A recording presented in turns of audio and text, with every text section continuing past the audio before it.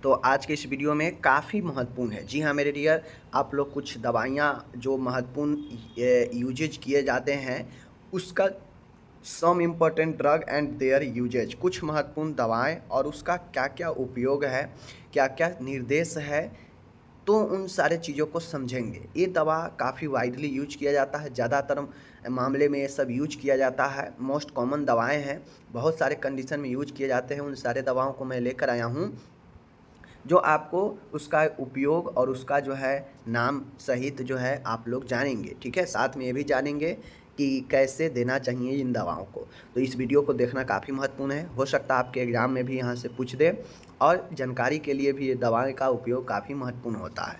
तो चलिए देखते हैं। पहला है, मैं बता दूं, यह आपका MSN 1 से है। ठीक है, MSN 1 का है तो मैं आपको करा रहा हूँ। ठीक है, चलिए। एमिनोफाइलिन, देखिए फाइलिन वाला जहाँ भी आ जाएगा ना, समझिएगा वह अस्थमा के लिए उपयोगी है। ठीक है, एमिनोफाइलिन हो गया, डेरिफाइलिन हो गया, बहुत सारे दवा आता है। तो ये ज़्यादातर मामला में ये फाइलिन वाला जो लिखा होता है यह बताता है फाइलिन, एमिनोफाइलिन, डेरिफाइलिन, ये अस्थमा के लिए। ठीक है, यह एक लॉजिक है। ठीक है, ऐसा सत्य नहीं हो सकता कि सब में ऐसा ही हो। यह ब्रोंकोडाइलेटर दवा है, मतलब यह ब्रोंकिया जो होता है ना, श्वास नली, उसको डिलेट करता है, फैलाने का काम करता है। ठीक है, डाइलेट करता है, फैलाने का काम करता है। यह फेफड़ों में वायु मार्ग को फैलाती है एवं खोलती है, वही चीज़ें है। यह श्वसन मार्ग को क्या करता है, जो श्वसन मार्ग सिकुड़ा हुआ है उसको फैलाने का काम करता है, खोलने का काम करता है, जिससे व्यक्ति जो अस्थमा वाला है, जिसको श्वसन में कष्ट होता है, तो वह आसानी से श्वसन कर पाता है। ठीक है, एमिनोफाइलिन है। ठीक है, एमिनोफाइलिन का उपयोग कहाँ कहाँ है, अस्थमा में कर सकते हैं, एम्फाइसमा में कर सकते हैं, क्रॉनिक ब्रोंकाइटिस हो, लंबे समय से ब्रोंकाइटिस है, उसमें कर सकते हैं। तो ये इसका हो गया उपयोग। ठीक है, इस दवा को मुख व सीरा मार्ग से दिया जाता है। ये जो एमिनोफाइलिन होता है, आप चाहे तो इसको ओरल भी ले सकते हैं, चाहे तो ज़्यादा सीरियस होने पर IV मार्ग से भी दे सकते हैं। ठीक है, चलिए नेक्स्ट जो है मेडिसिन वह है मेनिटोल। ठीक है, मेनिटोल दवा काफ़ी महत्वपूर्ण दवा है। ठीक है, याद रखिएगा, आपको लिए काफ़ी महत्वपूर्ण है। ये औषधि का प्रयोग ऑस्मेटिक डायूरेटिक एजेंट के रूप में किया जाता है। मेनिटोल दवा जो होता है यह ऑस्मेटिक प्रेशर को कम करने के लिए काम किया जाता है। ठीक है, ऑस्मेटिक डायूरेटिक एजेंट वही होता है कि जहाँ पे ऑस्मोसिस प्रेशर लगता हो वहाँ पे उसे कम करता है। ठीक है, रिलीज करके। जैसे उपयोग में देखिए, महत्वपूर्ण है उपयोग जानना। मेनिटोल का उपयोग इंट्राक्रेनियल प्रेशर को कम करने के लिए, जैसे सिर में चोट लगा हो, ठीक है, इंजरी हुआ हो और ब्रेन काफ़ी ज़्यादा दर्द कर रहा हो प्रेशर लगने से, क्रेनियल प्रेशर लगने से, तो आप उसमें इंट्राक्रेनियल प्रेशर को कम करने के लिए मेनिटोल का उपयोग करते हैं। CSF प्रेशर को कम करने के लिए भी जो है ये मेनिटोल का उपयोग करते हैं। ठीक है, एक्यूट रीनल फेलुअर, यानी acute renal failure, kidney failure व रोकथाम में भी इसका उपयोग किया जाता है।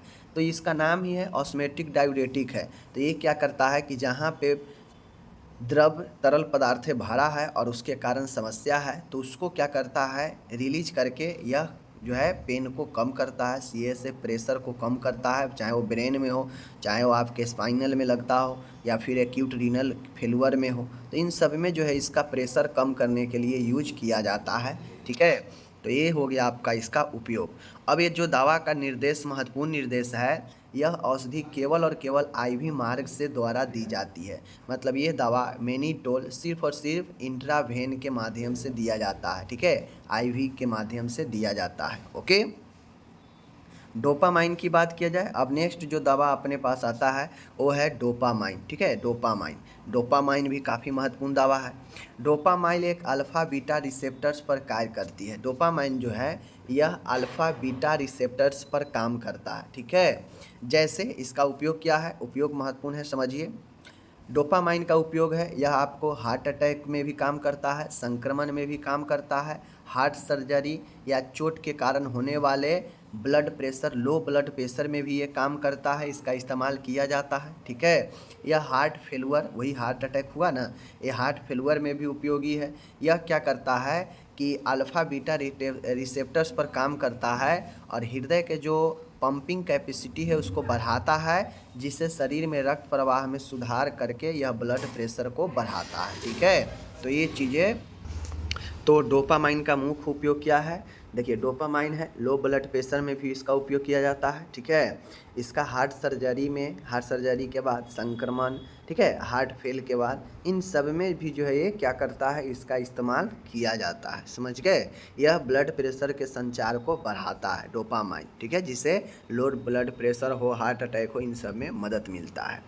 नर्सिंग रिस्पॉन्सिबिलिटी की बात किया जाए तो इस दवा को नॉर्मल एनएस के साथ मिलाकर आईवी मार्ग द्वारा दिया जाता है, ठीक है। डोपामाइन को इस औषधि को कभी भी मुख मार्ग या इंट्रामस्कुलर या सबक्यूटेनियस से नहीं देना चाहिए, ठीक है। डोपामाइन को रोगी को निरंतर हृदय गति को नापते रहना चाहिए, क्योंकि इसके देने के बाद हृदय गति में चेंजेज होता है, तो इसको निरंतर लेने चाहिए। दवा को आईवी मार्ग से बाहर ऊतकों में न आने दें।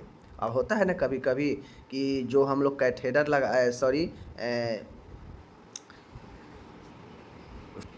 कभी कभी हम लोग जो इंट्राकेट लगाते हैं तो होता है ना कि इंट्राकेट जो है भेन में नहीं जाकर वो चला जाता है मांस में लग जाता है, और उसी में अगर आप दवाई दे दीजिएगा ये डोपामाइन वाला, तो यह नेक्रोसिस उत्पन्न कर सकता है। तो ये ध्यान देना चाहिए कि जो दवा है वह ऊतकों में ना आने दे, अन्यथा यह नेक्रोसिस यानी ऊतकों को क्षतिग्रस्त करने लगता है अगर मांस में आपका ये चला जाता है तो, ठीक है।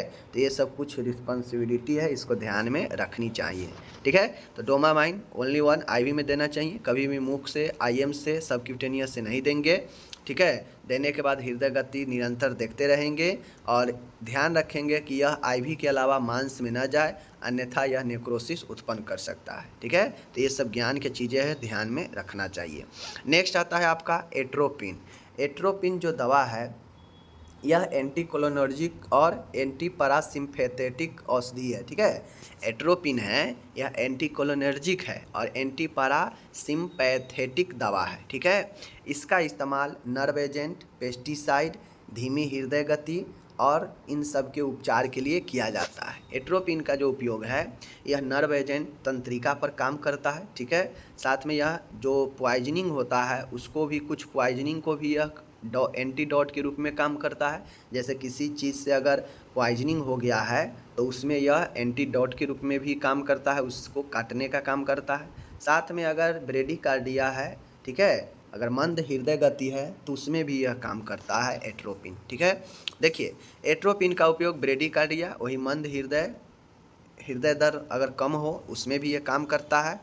यह एनेस्थेसिया देने से पहले प्री एनेस्थेटिक के रूप में भी काम करता है, मतलब एनेस्थेसिया देने से पहले ये दिया जाता है। क्यों दिया जाता है पता चलेगा। यह पॉइजनिंग के विरुद्ध में भी काम करता है, मतलब किसी को अगर किसी चीज़ से पॉइजनिंग हो जाए, विषाक्तता हो जाए, तो उसमें यह एंटीडोट के रूप में भी काम करता है, ठीक है, सभी में नहीं, कुछ में। साथ में यह सलाइवा के सिक्रेशन को कम करता है। मान के सर्जरी होना है किसी को, ठीक है ना, किसी को अगर सर्जरी होना है तो सर्जरी से पहले जो वायु मार्ग है वह लार से न भरे, ठीक है, सलाइवा से सलाइवा का सिक्रेशन न हो, तो उसके लिए यह एट्रोपिन दिया जाता है, ठीक है। इस औषधि को सावधानियां रखनी चाहिए। इस औषधि को आईवी, आईएम तथा एसी मार्ग द्वारा दिया जाता है। मतलब एट्रोपिन को हम चाहें तो इंट्रावेन से भी दे सकते हैं, इंट्रामस्कुलर में भी, सबक्यूटेनियस मार्ग द्वारा भी दिया जाता है। तो इस चीज़ को ध्यान में रखिएगा। तो ये आपका हो गया एट्रोपिन, ठीक है। लैसिक्स, अब आता है एक और महत्वपूर्ण दवा है लैसिक्स। लैसिक्स फुरसामाइड वर्ग की दवा है, ठीक है। यह नेफ्रॉन लूप पर प्रभावी एवं कार्य करने वाली मुद्रण दवा है, ठीक है। मतलब लैसिक्स एक एंटी डाययूरेटिक एजेंट है जो फुरसामाइड वर्ग के दवा है, और यह आपके नेफ्रॉन पर काम करता है, जिससे जो किडनी का यूरिन आउटपुट है वो बढ़ जाता है, ठीक है।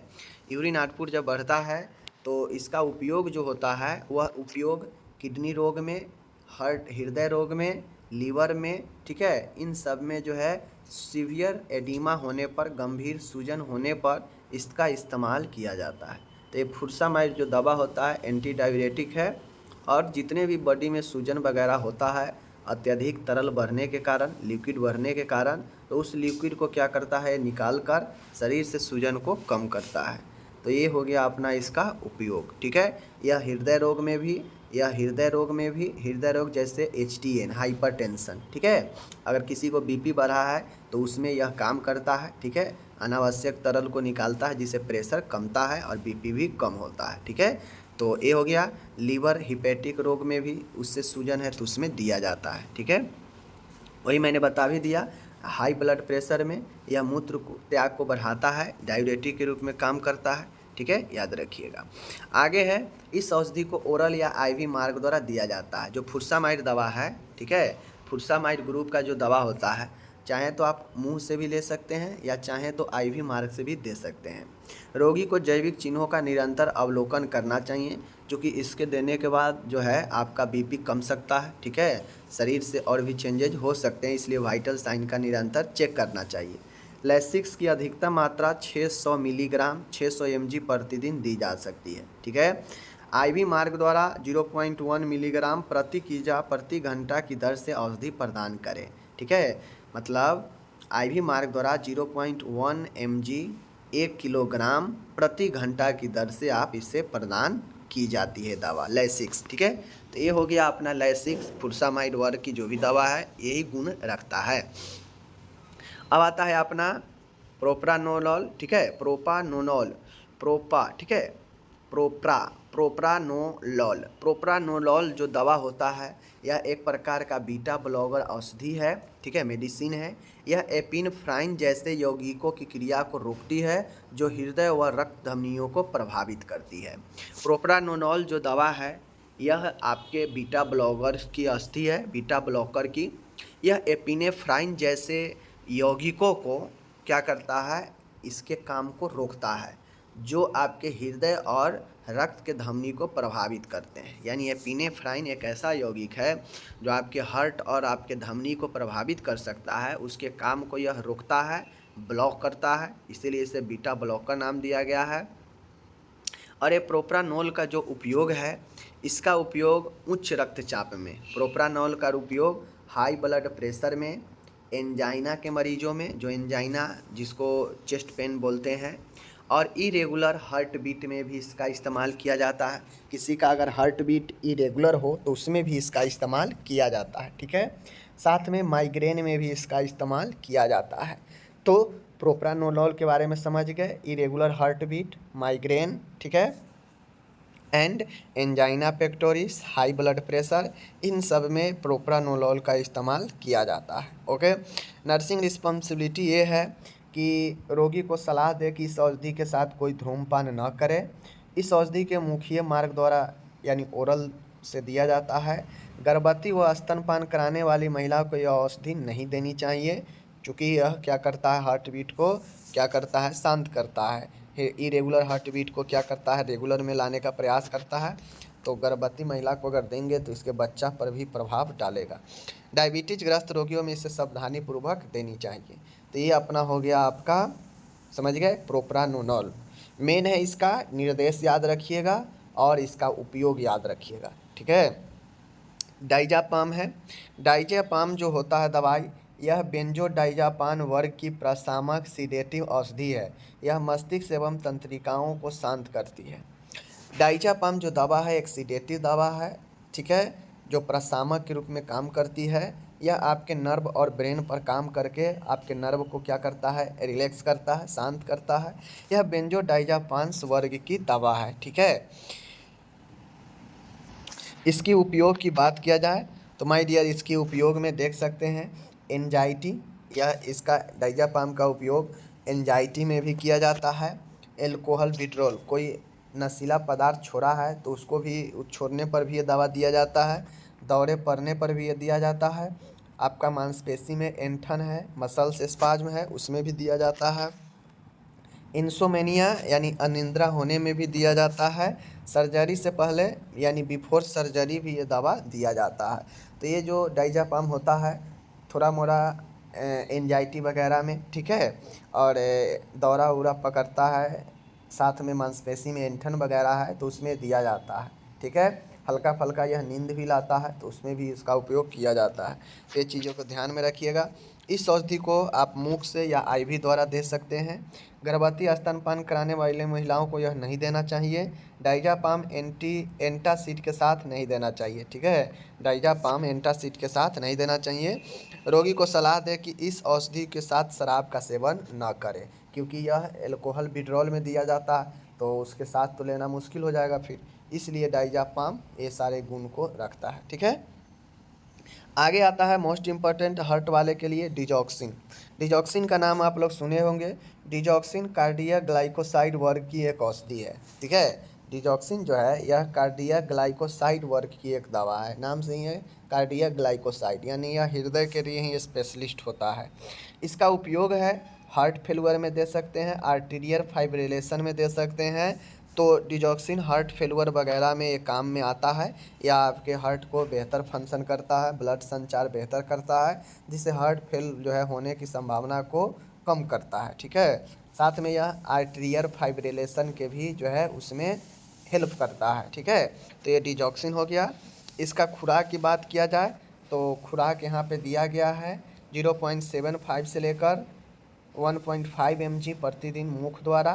ठीक है, 0.5 से 7.0 mg प्रतिदिन IV द्वारा दिया जा सकता है। ठीक है, नर्सिंग दिशा निर्देश की बात किया जाए तो इस औषधि को मुख मार्ग यानी ओरली और IV दोनों द्वारा दिया जा सकता है। तो इस प्रकार से मैंने आपको महत्वपूर्ण आज कुछ औषधियाँ उनके उपयोग के बारे में मैंने आपको बता दिया। इन सारे औषधि को ज़रूर याद रखिएगा। मोस्ट कॉमन यहाँ से पूछा जाता है एट्रोपिन के बारे में, मेनिटोल के बारे में, ठीक है, लाइसिक्स के बारे में। तो इस सब एमिनोफाइलिन के बारे में, एमिनो के जगह पर डेरिफाइलिन हो सकता है। तो ये सब दवा के बारे में काफ़ी ज़्यादा पूछा जाता है, तो आप इसके ज़रूर क्लियर कर लीजिएगा। ठीक है, एग्ज़ाम से लेकर इंटरव्यू में ये दवा सब पूछा जाता है। बाकी मिलते हैं अगले वीडियो में, अपना ख्याल रखिएगा। धन्यवाद।